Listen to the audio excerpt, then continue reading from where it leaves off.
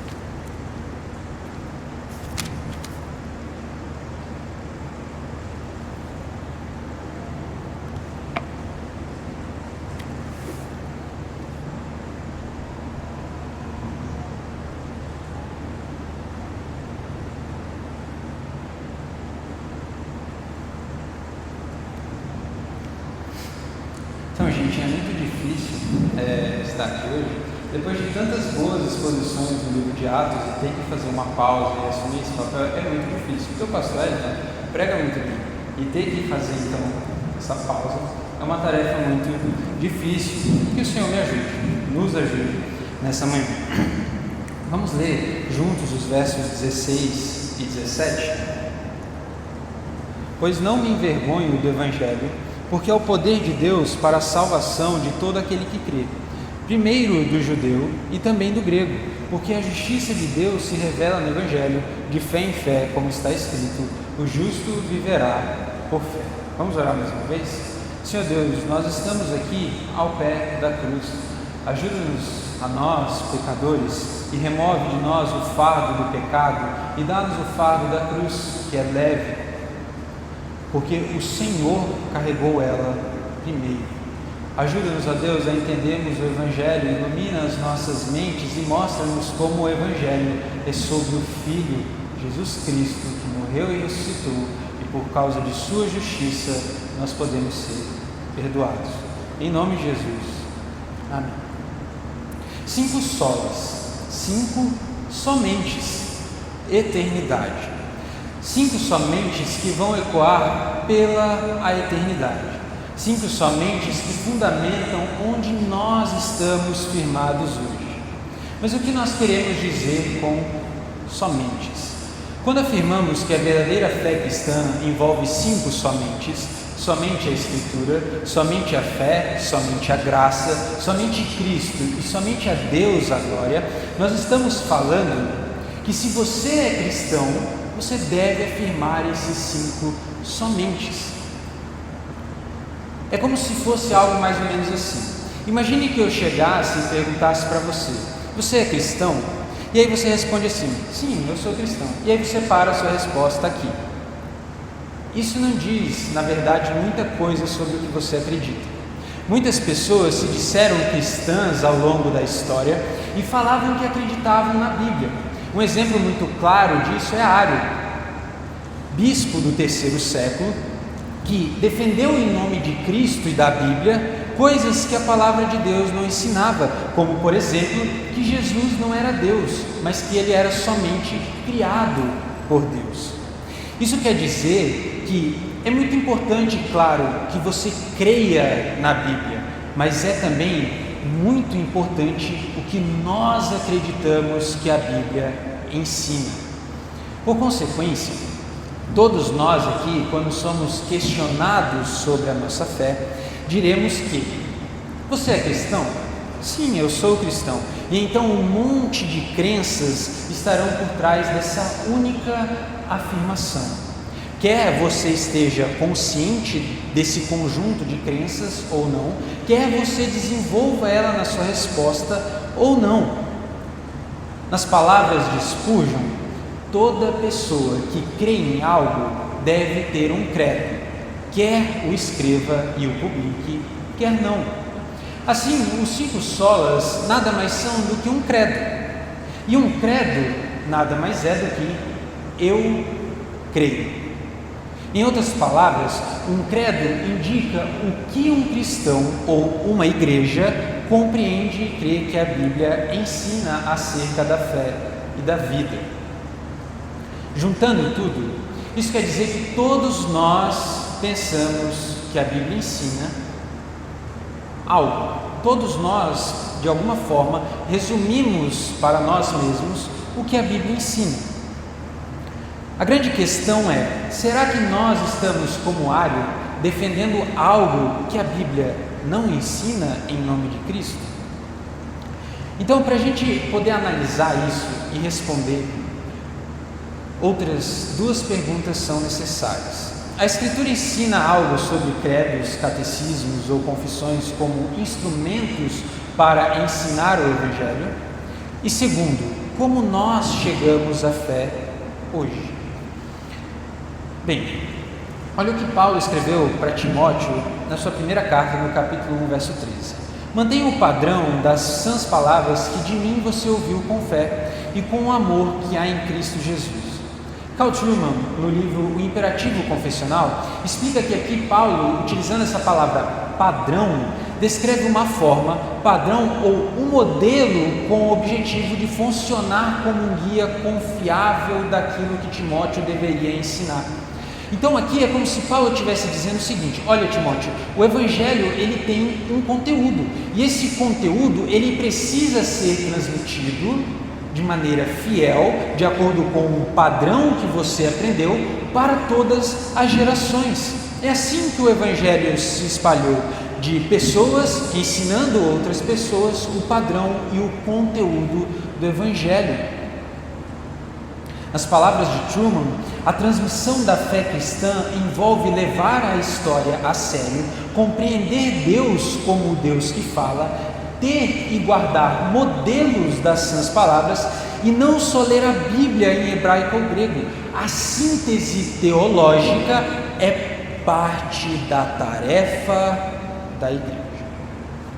Em outras palavras, é tarefa do povo de Deus estudar, lutar e suar para ensinar por meio de afirmações fiéis e claras o que a Bíblia ensina.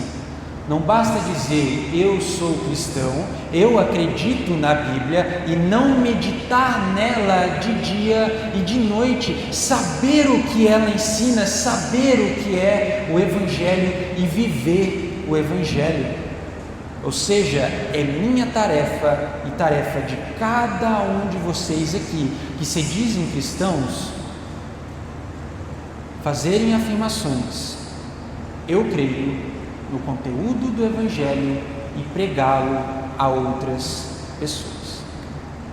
Isso nos leva à segunda pergunta: como nós chegamos à fé? Nós chegamos à fé porque alguém nos ensinou o que a palavra de Deus diz. Nós não chegamos à fé sozinhos, alguém nos ensinou o Evangelho.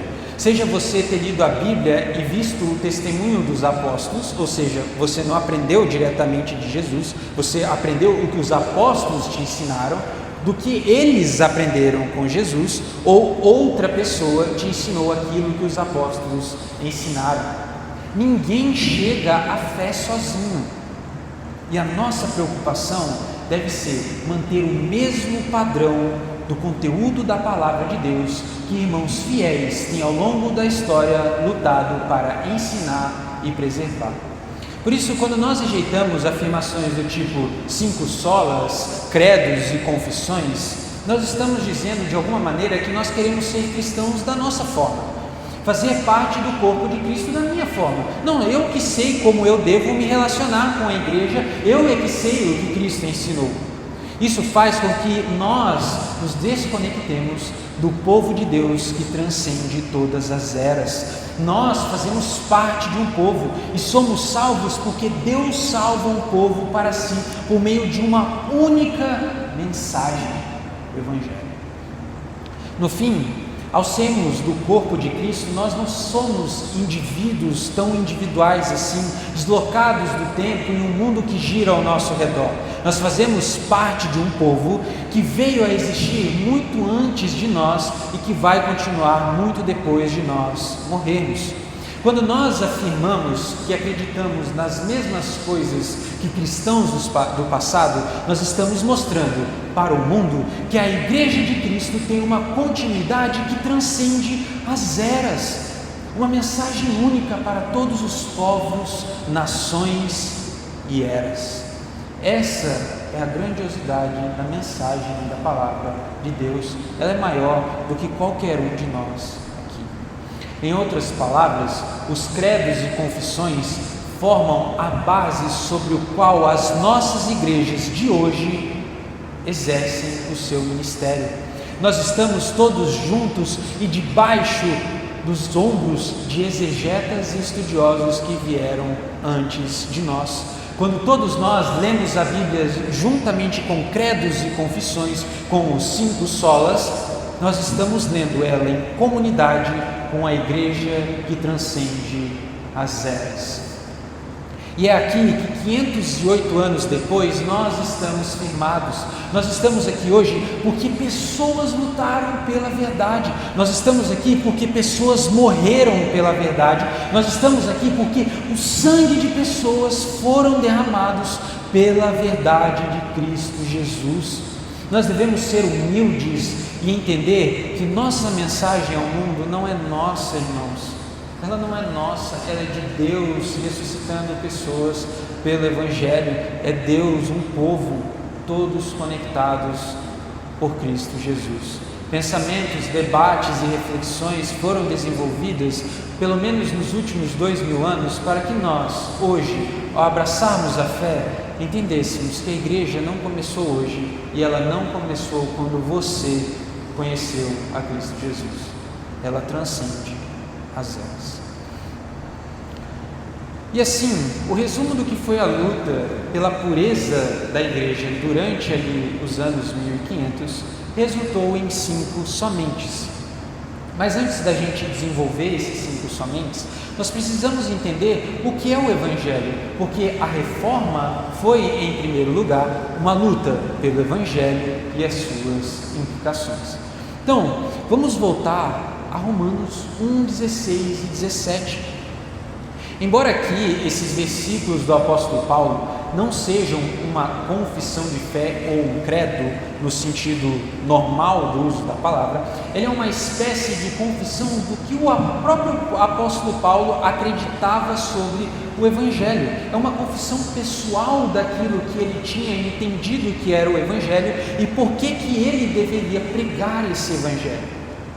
Nesse ponto do seu ministério, lá pelos anos 57 a 59, depois de Cristo, que foi quando ele escreveu esta carta, Paulo queria pregar o Evangelho na Espanha. Então, com o objetivo de pregar esse Evangelho, ele precisava do apoio de alguma igreja local. E ele viu que a igreja de Roma era uma igreja estratégica para o apoiar nessa missão. E como que ele ia preparar a igreja de Roma para o apoiar nessa missão? Bem, ele fez uma exposição e defesa do seu Evangelho. Então Paulo expõe o seu Evangelho à igreja de Roma para que ela o ajude na missão de pregar o Evangelho. E também, com o mesmo Evangelho, Paulo queria corrigir uma certa divisão que estava assombrando a igreja de Roma. Nós vemos isso já mais no final da carta. Isso quer dizer que o apóstolo Paulo pensava que uma igreja instruída no Evangelho e madura no Evangelho é mais comprometida a apoiar a pregação do Evangelho às nações e a também evitar divisão entre os irmãos. Ou seja, a causa de nós termos tantos problemas com a vida cristã e na igreja é porque muitas vezes nós somos imaturos mesmo no Evangelho. Nós queremos procurar inúmeras soluções, porque a igreja deve ser assim, a igreja deve ter essa programação, a igreja deve evitar isso para que os irmãos não entrem em embates. Mas não, a solução é que todos nós devemos ser maduros no Evangelho. Se nossas orações são sem conteúdos e só focam em nós e nas nossas necessidades, é porque nós não lemos tanto assim a Bíblia e não entendemos realmente o Evangelho. se não sabermos viver de maneira piedosa, lutando contra o pecado, nos afastando daquilo que Deus odeia, é porque nós somos imaturos e ingênuos em nosso conhecimento de Cristo. Se não temos boa convivência com os nossos irmãos, se não amamos uns aos outros, é porque nós não entendemos tão bem esse amor que nos reconciliou com Deus na cruz. Se nós evangelizamos pouco, é porque lá no fundo aquela nossa afirmação, eu creio no Evangelho, ela é um pouco vazia e o medo nos consome porque não sabemos realmente naquilo que cremos. Isso quer dizer que crescer no conhecimento de Deus e crescer na revelação de Cristo na Sagrada Escritura e ser submisso à sua vontade é a base para tudo aquilo que nós fazemos enquanto igreja e cristãos individualmente. Viver por achismo, sem estudar a Bíblia e pelo que você sente que deve ser feito, é chamado pela Escritura de imaturidade, é não conhecer o Evangelho de Cristo Jesus. Então, para uma igreja não ser dessa forma, cheia de divisões imaturas, achando que deve fazer aquilo que bem entende, Paulo escreveu e quis instruir a igreja de Roma no Evangelho. Em outras palavras, o Evangelho ele deve ser ensinado à igreja.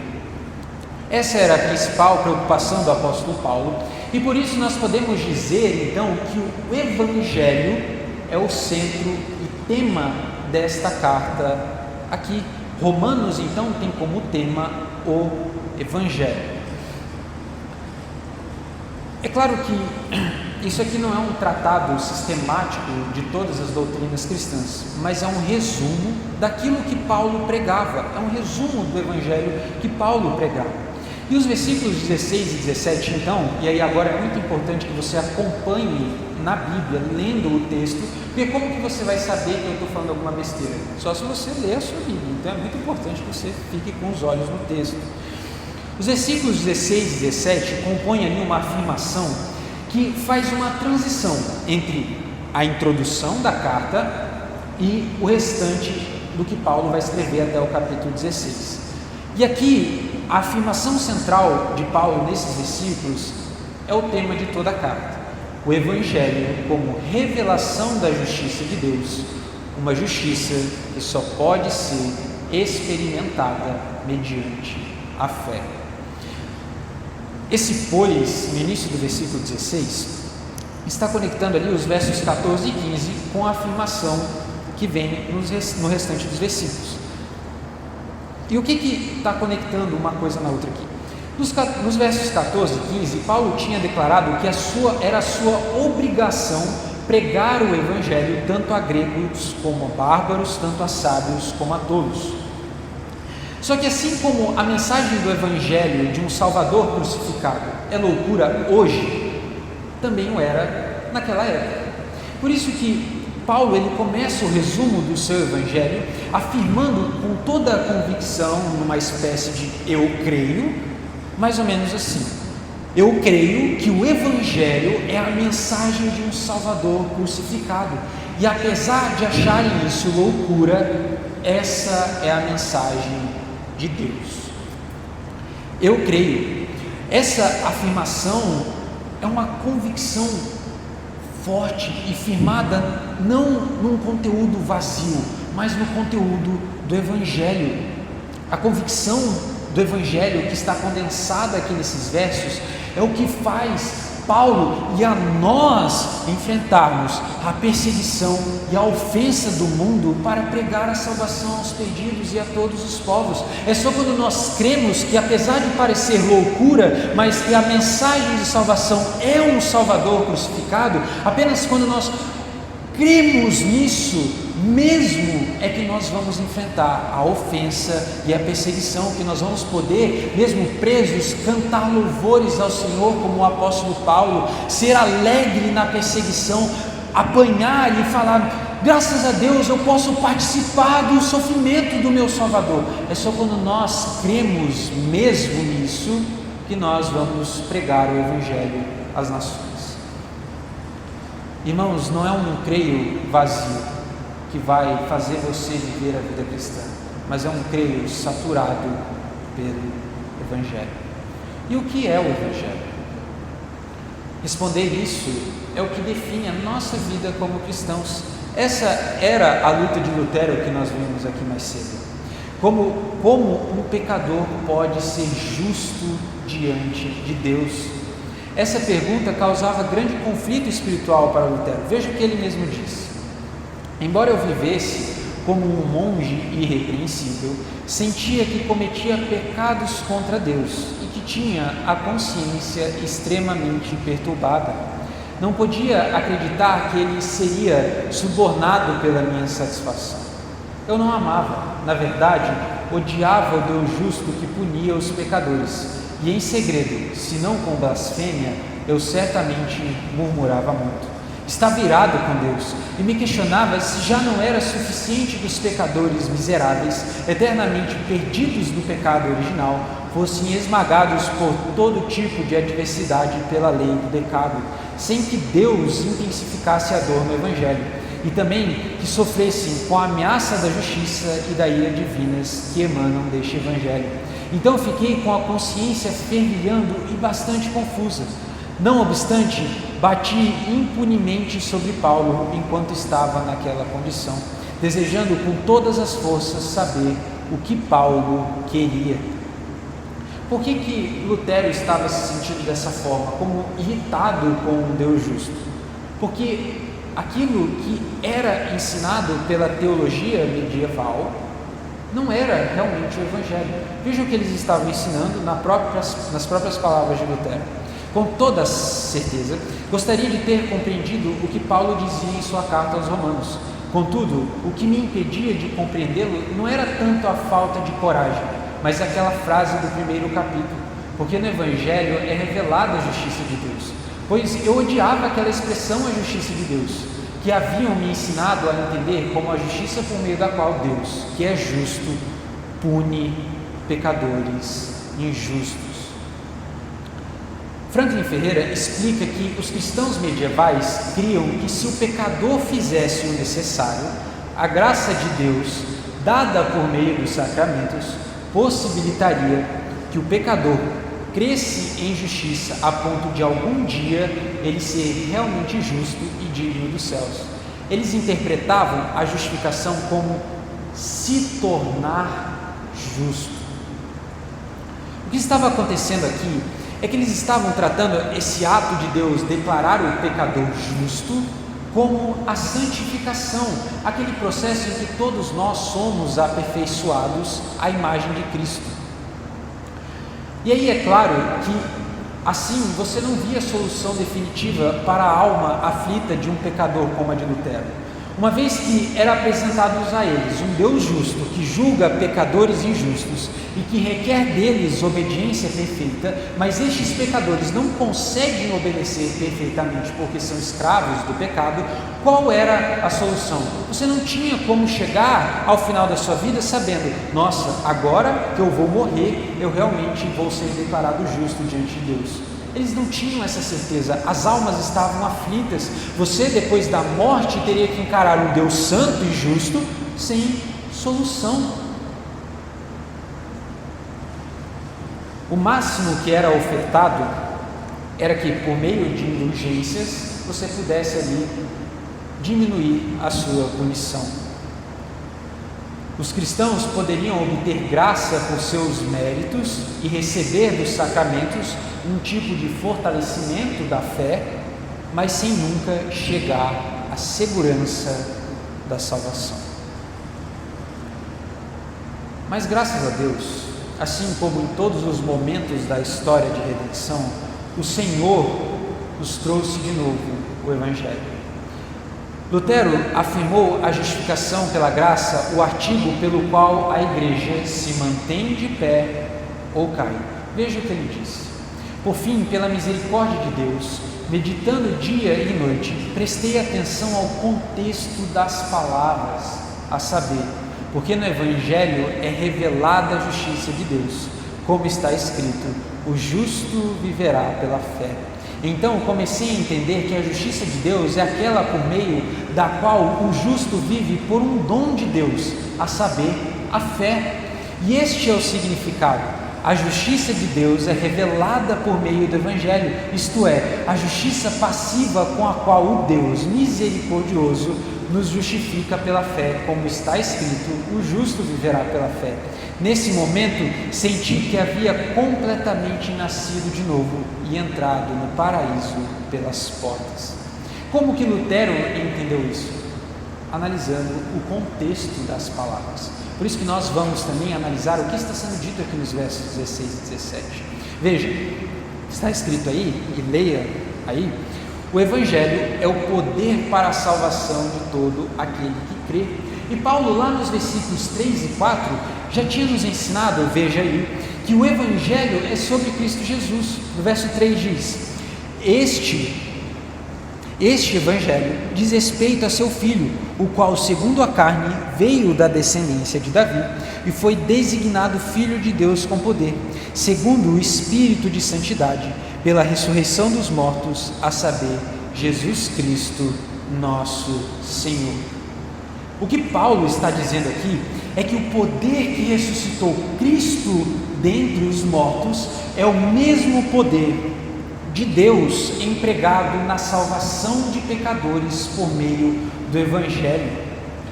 Irmãos, aqui nós temos que parar e refletir quão poderoso é o Evangelho.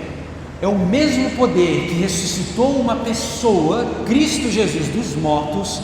É esse mesmo poder que, por meio do Evangelho, ressuscita pecadores da morte. E esse poder é para a salvação. O Evangelho, ele é eficaz. Jesus certamente ressuscitou dos mortos. Então esse Evangelho certamente irá salvar pecadores. Esse poder que ressuscitou Cristo dentre os mortos é para salvar a nós. E vendo salvar à luz de Romanos 3, 23 e 8, 24, o sentido aqui de salvar é resgatar e libertar pecadores da sua situação de pecado e levá-los a participar da glória de Deus. Então, esse poder que ressuscitou Cristo dentre os mortos é o mesmo poder do Evangelho, que certamente levará pecadores, como eu e como você, a participar das glórias de Deus. Mas quem que realmente vai participar das glórias de Deus? Todo aquele que crê, primeiro do judeu e também do grego. Crer. E o que nós devemos entender como crer? Crer, na linguagem do Novo Testamento, é depositar plena confiança no Deus que justifica os ímpios por meio da cruz e da ressurreição de Cristo. Então eu vou repetir novamente. Crer, na linguagem do Novo Testamento, é depositar plena confiança no Deus que justifica os ímpios por meio da cruz e da ressurreição de Cristo. Crer, o conteúdo da fé é o Evangelho. E o Evangelho aqui diz respeito ao Filho, a Jesus Cristo. E aqui é muito importante que nós acertemos mesmo, porque se nós errarmos, nós vamos cair, e se acertarmos, nós vamos ficar de pé. Nós temos que ter em mente aqui, a partir dessa explicação do que é crer, que crer não é somente concordar com um conjunto de doutrinas. Não é assim, ó. Você é cristão? Sim, eu sou cristão. Eu concordo que Jesus é Deus, que a Bíblia é a palavra de Deus, que a expiação ela é definida, que Jesus vai voltar e etc, etc, etc. Então, crer não é isso.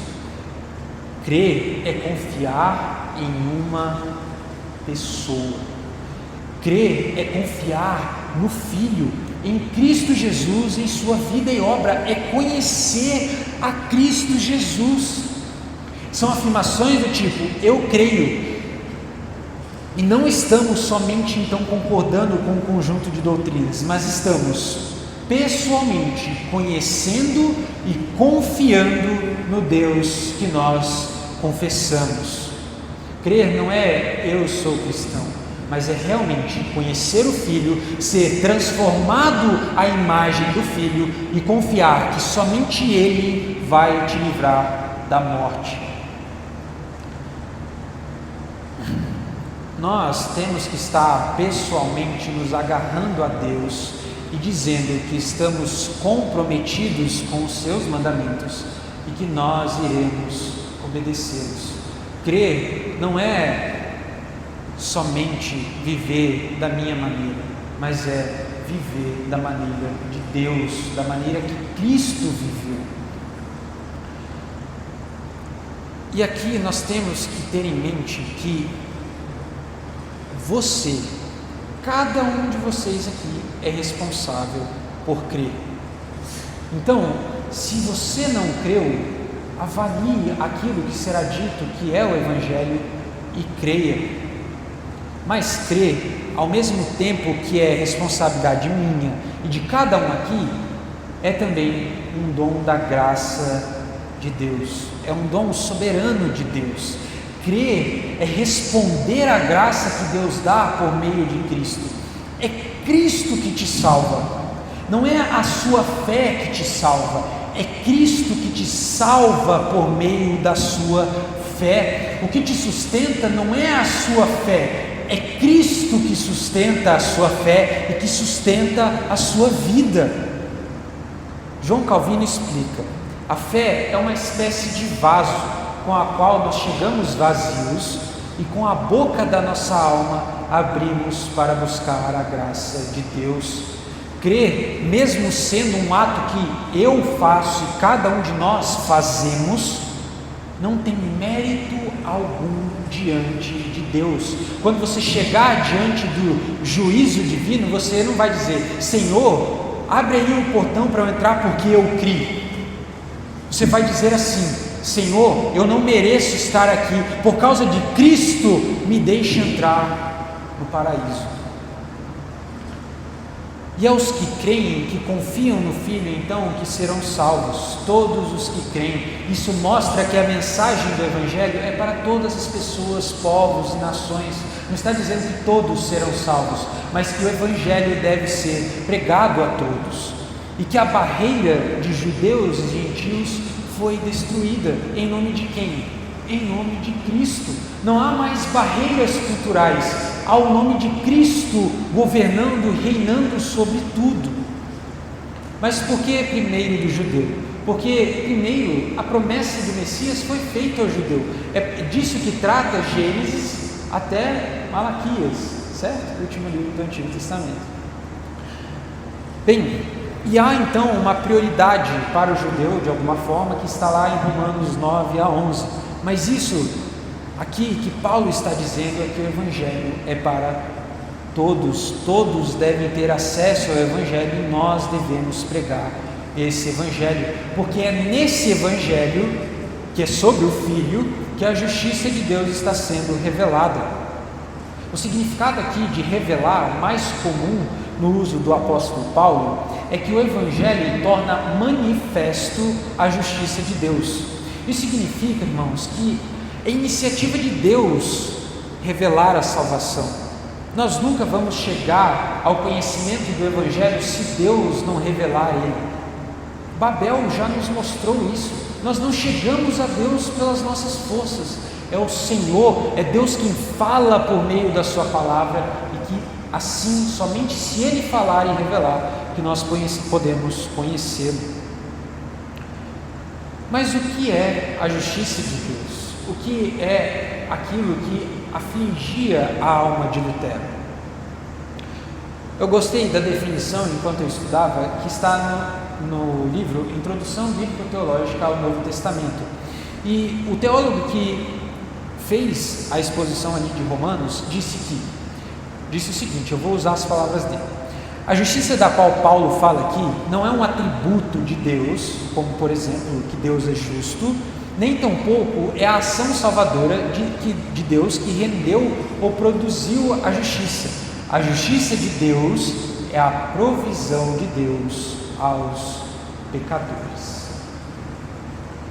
Se você não entendeu ainda, a justiça aqui que é revelada no Evangelho não é que Deus é justo, mas é a justiça com a qual nós, pecadores, quando estivermos no tribunal vivo, vamos receber de Deus.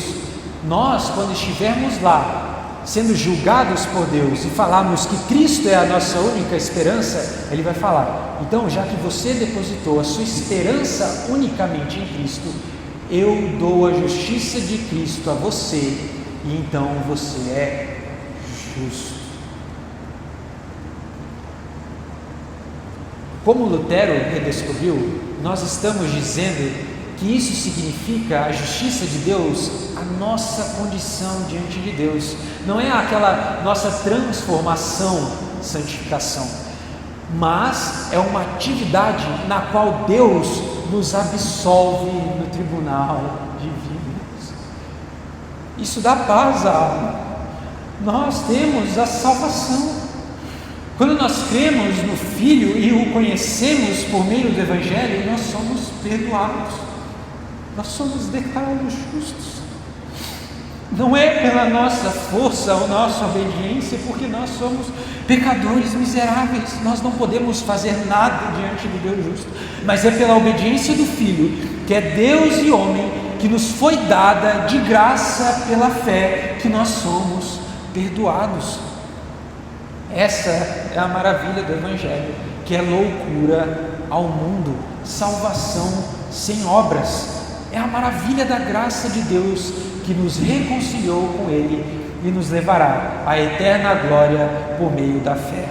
É a maravilha da glória que nos leva a pregar a todos os povos. É a salvação que nos faz amar uns aos outros, porque Deus nos amou no Filho. Deus somente nos livrará da morte eterna por meio do Evangelho que apresenta o nosso Salvador Jesus Cristo. No verso 17, vamos ler juntos para eu poder beber uma água. Vai lá. Vocês vão ler o verso 17. Todo mundo acompanhando a Bíblia. Vai. 1, 2, 3. Porque a justiça...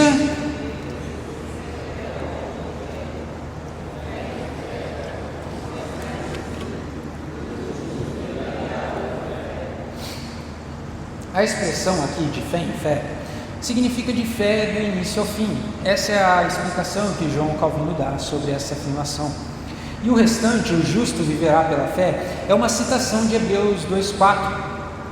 Douglas Moo, no seu comentário aos Romanos, explica que Paulo está querendo dizer que o justo não é mais um israelita que vivia de maneira piedosa diante da antiga aliança, mas é qualquer pessoa, judeu ou gentil, que venha à fé em Cristo e desse modo obtenha a vida eterna. Dentro do contexto que Paulo fala então lá em Romanos 4, com relação que Abraão foi justificado pela fé e que Davi também foi justificado pela fé, fica claro que Paulo está expandindo tudo aquilo que os profetas disseram. Paulo está dizendo que o povo de Deus, de todas as eras, de Gênesis a Apocalipse, receberam a justiça de Deus em Cristo somente por meio da fé. Sempre a salvação foi pela fé no Messias Redentor. E é aqui que nós hoje estamos de pé. Lutero redescobriu isso. E não só ele, vários outros teólogos durante aquele período. E quando nós afirmamos que cremos que somos justos somente por meio da fé, nós estamos sobre o ombro dessas pessoas. Estamos com uma única voz, proclamando uma mensagem que irá ecoar por toda a eternidade. Pecadores são salvos pelo poder do Evangelho, revelado na Escritura somente, pela graça somente, por meio da fé somente, em Cristo somente, para que a glória seja toda de Deus somente. E os 5 solas? Bem, nós vimos aquilo que dá a base para nós afirmarmos que cremos nos 5 solas. E aí nós vamos aplicar de maneira breve cada sola às nossas vidas. Então, primeiro, somente a Escritura. Somente a Escritura quer dizer que a Bíblia, por ser a palavra de Deus, é a única regra e autoridade para guiar a nossa vida e a igreja. Credos e confissões são resumos das Escrituras, mas estão debaixo das Escrituras. Eu creio somente na Escritura significa que somente a Escritura é a autoridade final sobre o culto da igreja e sobre aquilo que você faz na sua vida individual. E aqui é interessante que a reforma foi principalmente uma restauração do culto no Evangelho. Como que as pessoas iriam ouvir o Evangelho da justiça de Deus que declara o pecador justo? Por meio do culto centrado no Evangelho. No livro Adoração na Reforma, o autor explica: para os reformadores, a fonte primária de teologia era a palavra de Deus. Entretanto, por terem entendido a importante interação entre a forma como os adoradores oram e a forma como creem, os reformadores viam a liturgia como um meio poderoso de comunicar a teologia. Isso quer dizer que, irmãos, se nós afirmamos que o Evangelho é sobre Cristo, o culto da igreja tem que ser sobre Cristo. As nossas orações, as nossas músicas, a palavra pregada deve ser somente sobre Cristo. Dizer que você acredita somente na palavra de Deus significa que você não é guiado por sentimentos, mas pela Escritura. Significa que não é o que você pensa sobre Deus, mas o que Deus diz que é na Sagrada Escritura. Significa que você não adora a Deus da sua maneira, mas da forma que Ele quer. É deixar de lado as suas experiências, desejos e ideias e se sujeitar unicamente ao conteúdo da Escritura. Somente a graça, a salvação é dada somente pela graça. E com isso nós estamos afirmando que nós somos pecadores. Se você quer viver somente pela graça, você deve, primeiro, deixar de achar que Deus faz as coisas conforme o seu mérito. As pessoas que não creem na graça vivem assim: se eu faço coisas boas, recebo coisas boas. Se eu peco, as coisas vão dar errado em minha vida. Deus não nos retribui de acordo com o nosso mérito. Isso é orgulho. Você não merece nada. Deus te dá tudo pela graça. Outra forma de viver longe da graça é quando você para e se acha melhor do que os outros porque você lê mais a Bíblia e ora com mais frequência. Isso também é orgulho, porque quem te faz orar e sustenta a sua vida na fé é Cristo, e isso é pela graça. Quando nós nos achegamos a Ele, nós devemos querer crescer à semelhança dEle e confiando que é Ele quem dará esse crescimento. E nós então devemos ajudar os outros de maneira humilde a se fortalecer na fé. Somente a fé. Somos salvos somente pela fé. E essas palavras declaram que a salvação não vem de olhar para as nossas obras de justiça, nem de olharmos para nós mesmos, mas de olharmos para a pessoa e obra de Cristo. Se cremos nisso, nós vamos viver a verdade de que não podemos fazer nada para que Deus queira nos salvar. Somos salvos somente pela cruz. Foi Cristo quem conquistou a salvação, e por isso nosso relacionamento com Deus é somente por Cristo. E a sua obediência de fé é obra da cruz. É a fé que mesmo a fé mais fraca produz frutos, porque ela está firmada na cruz. Somente Cristo, solos Cristos, está no centro dos outros solas e os conecta num sistema que dá toda a glória a Deus, porque somente Cristo é o meio para a nossa salvação, somente Cristo é o nosso mediador. Fora de Cristo não tem salvação. Não é por Maria, papas, concílios ou qualquer outra revelação. É somente Cristo. Ele é o Senhor. Diante dele todos os joelhos vão se dobrar. Se você procura a vontade de Deus fora da pessoa de Cristo, você ainda não entendeu o Evangelho, não tem esperança para você, porque Cristo é a plena vontade de Deus. Se você quer saber como viver, olhe para o Senhor Jesus. não olhe para si, mas para o Senhor Jesus. Ele é o nosso maior prazer, nosso tesouro, nossa força, fortaleza. Nele temos a redenção. Não há outro meio. Se queremos vencer o pecado, temos de olhar somente para Cristo. Quando Ele se torna então o nosso maior bem, aquilo que é o nosso maior prazer, nós podemos afirmar o último sola: somente a Deus a glória. A centralidade de Deus em busca da sua própria glória e da manifestação dessa glória é o que está sendo revelado em toda a Escritura. A Escritura não é sobre o homem, na verdade, é sobre um homem que é Deus, Jesus Cristo, e a sua glória. E o fim para o qual nós fomos criados é a glória de Deus. E Deus está se empenhando em glorificar o seu próprio nome por meio de pecadores que foram salvos somente por meio de Cristo. A glória de Deus em Cristo é o ponto para o qual todas as coisas estão caminhando e o que nós vamos cantar eternamente. Quando você quer ser reconhecido pelo que faz, você abandonou somente a Deus a glória. Quando você não faz tudo para Deus e tendo Ele como referência em todas as coisas, você não está dando toda a glória a Deus. Irmãos, o fim da história é certo. Nós estamos nesse teatro do palco da glória de Deus. E o fim daqueles que afirmam eu creio no Evangelho é ver Cristo e ser como Ele é, para o louvor da sua gloriosa graça. Se você ainda não conhece o Senhor Jesus, se arrependa e creia no Evangelho. Disso depende a tua alma e a tua vida. Se empenhe em conhecer o Senhor, obedecer os seus mandamentos, estudar a Sagrada Escritura e viver ela na sua casa, no seu trabalho e na sua igreja. E o Evangelho é que Deus é o Criador e o perfeito e justo juiz. Ele nos criou para glorificá-lo e desfrutá-lo para sempre.